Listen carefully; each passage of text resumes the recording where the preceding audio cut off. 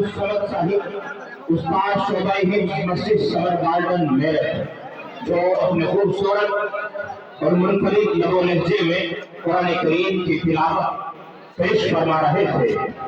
آئیے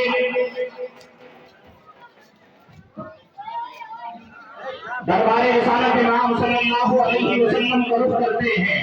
اور اس انداز سے بولتے ہیں کہ میری مٹھی میں تم کیا آستانے کی، میری مٹھی میں ہے کچھ ہاتھ، اگر ادھر والے بولے گے چہرہ ادھر کر لوں، بتا رہا ہوں ابھی کہ میری مٹھی میں ہے کچھ ہاتھ ان کیا آستانے کی، زمانہ اب کرے ہمت میری قیمت لگانے کی، میری مٹھی میں ہے کچھ ہاتھ ان کے آستانے کی، زمانہ اب کرے ہمت میری قیمت لگانے کی، اور میں مر جاؤں تو پھر خاک مدینہ مجھ مل دینا، میں مر جاؤں تو پھر خاک مدینہ مجھ مل دینا، یہی بس ایک صورت ہے خدا کو منہ دکھانے کی۔